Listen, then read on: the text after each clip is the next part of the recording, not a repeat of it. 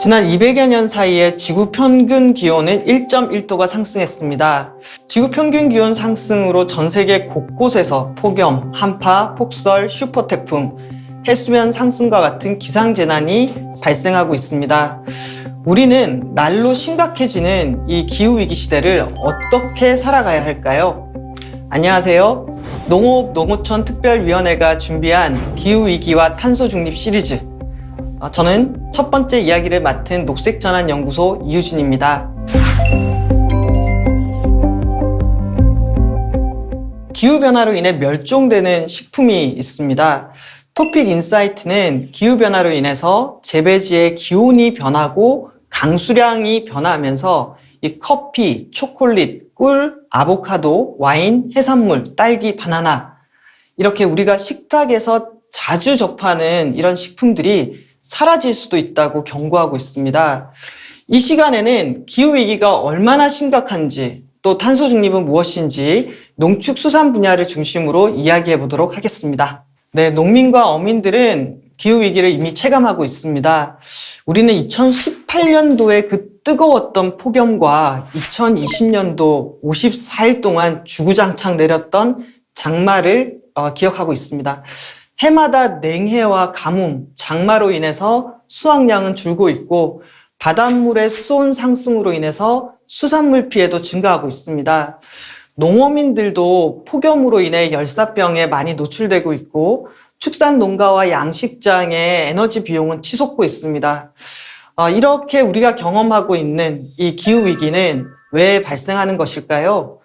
그 원인은 인간이 온실가스를 배출하기 때문입니다. 석유, 석탄, 가스와 같은 화석 에너지를 사용하게 되면 이산화탄소가 배출되고요. 농축수산업에서는 메탄가스가 나오고 또 산업 분야에서도 에너지를 많이 쓰기도 하고 불화가스 같은 것들이 배출이 되면서 온실 효과를 일으키는데요. 전 세계가 1990년도에는 대기 중에 330억 CO2 톤을 배출했다면 2019년도에는 524억 CO2 톤을 배출을 했습니다. 배출량이 오히려 늘어난 거죠. 자, 우리나라는 어떨까요? 우리나라는 전 세계에서 11번째로 온실가스를 많이 배출하는데요. 7억 톤을 넘게 배출하고 있습니다. 우리나라에서 온실가스를 많이 배출하는 분야는 전기를 생산할 때, 그리고 산업 분야에서, 수송 분야에서, 건물 분야에서 이렇게 배출하고요. 그 다음이 바로 농축수산 분야입니다. 어떻게 보면 농축수산 분야는 우리나라 전체 배출량에서는 3%밖에 되지 않습니다. 하지만 이 먹거리를 생산하고 가공하고 유통하고 폐기하는 이 전 과정에서 배출되는 것을 다 포함하게 되면은 15%가 넘을 것이라는 추정도 있습니다. 과연 지구온도 상승의 마지노선은 몇 도일까? 몇 도가 우리가 견딜 수 있는 이 마지노선일까?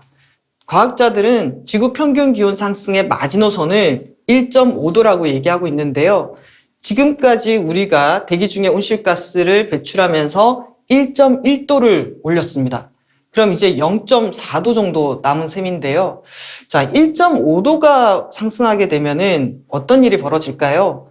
전 세계 바닷속의 산호초가 70에서 90%가 소멸하게 되고 북극의 해빙이 100년마다 한 번씩 녹아서 모두 사라지게 됩니다. 지금 수준으로 우리가 온실가스를 배출하게 되면은 20년 이내에 1.5도에 도달한다라고 얘기합니다. 우리에게 남겨진 시간이 그리 많지 않습니다. 자, 그러면 1.5도까지 올라가지 않도록 우리가 하려면은 그때 필요한 것이 바로 탄소 중립입니다. 자, 탄소 중립이 뭘까요? 탄소 중립은 전 세계 79억의 인간이 이 지구의 대기 중에 온실가스를 더하지 않는 상태, 이걸 만들려면은 거의 온실가스 배출량을 0에 가깝게 줄이고요. 그럼에도 불구하고 조금이라도 배출하게 되면은 그 배출된 온실가스는 숲이 흡수를 하거나 또는 탄소 포집 저장 기술로 상쇄를 해서 0으로 만들어야 됩니다.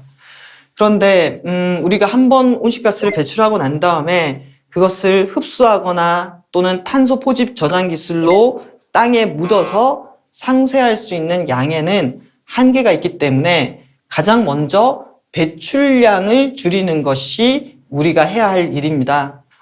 우리가 배출하는 온실가스 배출량의 73%가 이산화탄소인데요.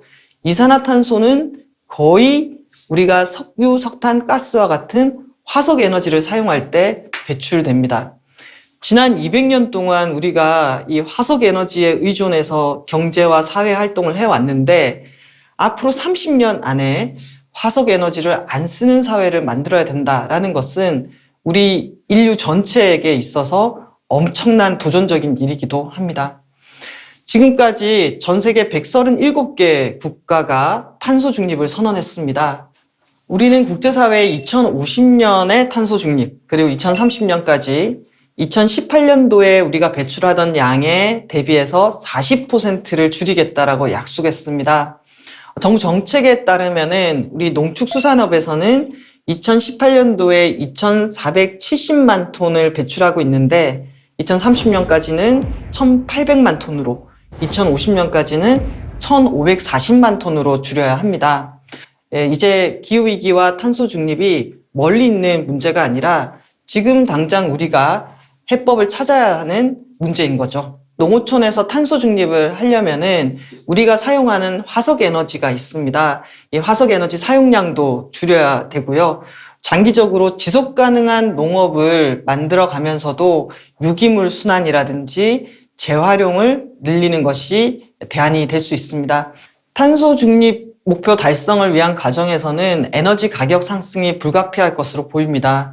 에너지 가격 상승에 대비하기 위해서라도 우리 농촌 주택에서는 단열 개선 사업이 필요하고요. 또 축산 농가나 양식장에서도 에너지 효율을 높여서 소비량 자체를 줄이기 위한 노력이 아주 적극적으로 벌어져야겠습니다. 또 실제 충남 홍성에서는 이 바이오가스를 이용해서 이 지역 자원 순환과 이 바이오가스를 이용한 전기 생산 모델을 만들어가고 있기도 합니다. 이미 대안들은 만들어지고 있기 때문에 이 대안들이 잘 작동될 수 있도록 정부도 이 농어민들이 온실가스를 줄이는 일에 참여하고 다양한 선택을 할 수 있도록 지원할 수 있는 제도를 마련해야 합니다. 사실 농어촌의 현실은 녹록지 않습니다. 농어촌 인구는 줄고 있고 고령화가 빠르게 진행되고 있습니다. 태양광과 풍력을 둘러싼 갈등의 현장이 바로 농촌에서 벌어지고 있습니다. 이렇게 우리 농어촌 지역에서 풀어야 하는 고질적인 이 숙제에 더해서 기후위기 문제도 같이 해결해야 합니다. 많은 숙제가 우리 앞에 놓여 있다라고 할 수가 있습니다. 이 어려운 문제를 우리는 어떻게 헤쳐나갈 수 있을까요? 전화위복. 농어촌 현장에서 어려운 일들이 가득할 때 이 어려운 일들을 풀기 위해서 역량을 집중하면 변화를 만들어낼 수 있습니다. 변화의 시작을 어디서 발견할 수 있을까요? 먼저 기후위기가 심화되면서 우리 시민들께서 식량 자급과 먹거리 문제에 대해서 높은 관심을 보여주고 있습니다. 농업이 농민과 어민들만의 문제가 아니라 시민들의 생명과 건강과 연결되는 문제이고 이렇게 관심이 확장이 된다면은 우리 농어촌의 문제, 식량에 대한 문제를 같이 풀어가는 아주 좋은 계기가 될 수 있을 것 같습니다. 농어촌 현장에서 지속 가능하고 또 탄소 배출량을 줄인 먹거리를 생산하면서 시민들이 지지하는 농장부터 식탁까지 지속 가능한 식품 체계를 만들어 갈 수 있습니다. 두 번째로 농어민이 주도해서 재생에너지를 생산하고 활용할 수 있어야 합니다. 농어촌 탄소중립위원회는 태양광 갈등 현장을 대해서 간담회를 열고 그동안 농어촌 에너지 전환 특별법을 준비했습니다. 농어민이 주도해서 재생에너지를 생산하려면은 정책적인 금융이 마련되어야 하고요. 현장의 농어민에 대한 역량 강화를 해야 되고 또 지자체의 협력이 필요했습니다.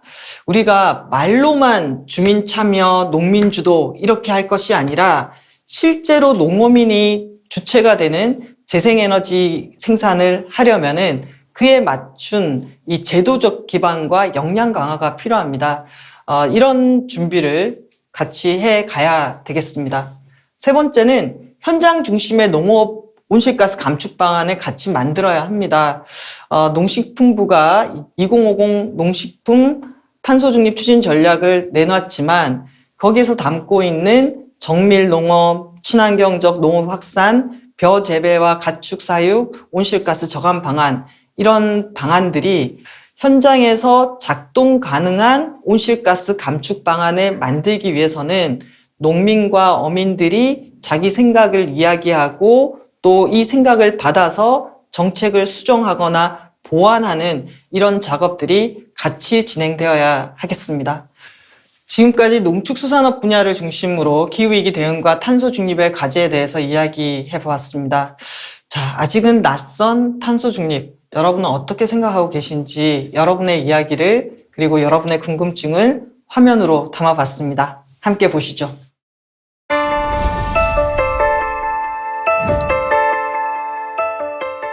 탄소 중립 에너지 전환 꼭 해야 할까요? 네.